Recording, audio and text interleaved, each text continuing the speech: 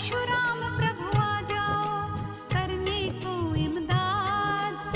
जगत बगीचा हो ना जाए आज कहीं बर्बाद। ब्राह्मण कुल संदेश का मूल उद्देश्य विभिन्न ब्राह्मणों से संपर्क कर उनके प्रतिभा को लाना कि ब्राह्मण समाज को कैसे इकट्ठा करें, कैसे उनको एक करें, उनके अंदर अपनी पहचान को कैसे जागृत करें। आज मुलाकात हो रही है रामवीर भारद्वाज के साथ मुंबई जोगीसरी में सुशील योगी जी से। ये एक लेखक रचनाकार हैं, परशुराम के लिए समर्पण हैं। आज इनसे इनका परिचय पूरा और परशुराम के विषय में संक्षिप्त कुछ जानकारी लेके ब्राह्मण कुल परिवारों के लिए संदेश के रूप में देना चाहते हैं कि आप कैसे इकट्ठे हों, कैसे संगृत हों। महिमा है जी। स्वागत है सुशील योगी जी से आपका ब्राह्मण कुल संदेश में। जय परशुराम।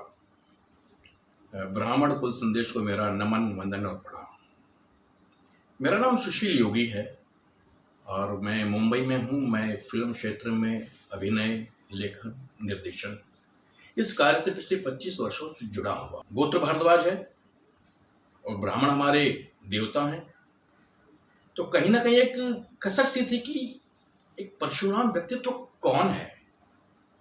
एक ऐसा व्यक्तित्व जिसके विषय में हमारे पुराणों में भरपूर लिखा गया है, सारे रामायणों में लिखा गया है, लेकिन हमारा समाज उनके विषय में कम जानता है।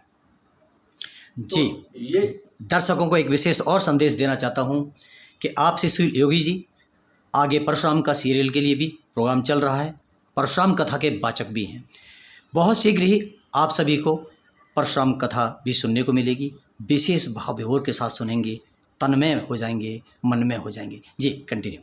हाँ, तो जब हमने रामानंद सागर का रामायण देखा, उसमें एक दृश्य है कि जब सीता स्वयंवर होता है, देश विदेश के राजा, महाराजा, क्षत्रप इकट्ठा हैं, भगवान श्री राम इकट्ठा हैं, लक्ष्मण जी हैं, विश्वामित्र हैं, वशिष्ठ हैं, जनक हैं। इन योद्धाओं के बीच में एक व्यक्ति आता है, सफेद सी दाढ़ी है उनकी, हाथ में फरसा है, तेजस्वी शरीर, आंखों में अग्नि, और वो धनुष के टूटने के विषय में पूछते और सारा समाज, सारा सनद सन्न रह जाता है। भगवान राम भी कहते हैं कि जिसने धनुष तोड़ा वो कोई आपका दास होगा। तो मन में इच्छा हुई कि जिसको भगवान श्री राम भी कहते हैं कि धनुष तोड़ने वाला आपका दास होगा, वो व्यक्ति तो कौन है। बस यही प्रश्न चिन्ह। और मैं निकल पड़ा भगवान परशुराम के शोध के लिए। हिंदुस्तान के कई क्षेत्रों में गया मैं, छोटे छोटे पन्नों में परशुराम को खोजा।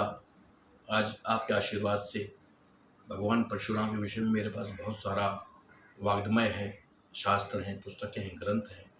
और मेरे बातचीत करने से, विचार विमर्श करने से 4 ग्रंथ समाज में आ भी गए हैं और लोगों तक पहुंच भी गए हैं। बहुत जल्द भगवान परशुराम पे धारावाहिक बनाने का प्रयास चल रहा है। पिछले 20 वर्षों से मैं भगवान परशुराम पर अध्ययन कर रहा हूँ, लेकिन इतना विराट उनका विषय, इतनी बड़ी शौर्य गाथा, इतना बड़ा उनका चरित्र, क्या इस छोटे से जीवन में मैं समेट पाऊंगा? यही प्रयास तो है, क्योंकि केवल ब्राह्मण समाज को ही नहीं, संपूर्ण सनातन संस्कृति को, संपूर्ण जो हमारे विचार हैं वो लोगों तक मैं पहुंचाना चाहता हूं। हम ब्राह्मण तक सीमित नहीं हैं, हम आर्यावर्त के वासी हैं। आर्यावर्त हमारा है। क्या हमें भगवान परशुराम के विषय में जानने का अधिकार नहीं? मैं दावे के साथ कह सकता हूं कि कोई भी भगवान अपनी मां का सर नहीं काट सकता। पता नहीं कैसे ये दुर्भावना और ये दाग मेरे भगवान परशुराम पे लग गया कि उन्होंने मां का सर काट दिया है। भगवान परशुराम ने क्षत्रियों का नाश कर दिया, ये भी एक गलत समाज में संदेश दिया गया है। कुछ विशेष आतताई ब्राह्मणों के विरोध में जो लोग थे, या संतों के विरोध में जो क्षत्रिय के रूप में जो क्षत्रप थे, आतताई थे, उनका वध किया है। तो आतताइयों का वध समाज के हित के लिए करना कोई बुरा नहीं है। फिर मिलेंगे, तब तक के लिए धन्यवाद। एक बार प्रेम से जय भगवान परशुराम जी की। जय भगवान परशुराम जी की। आगे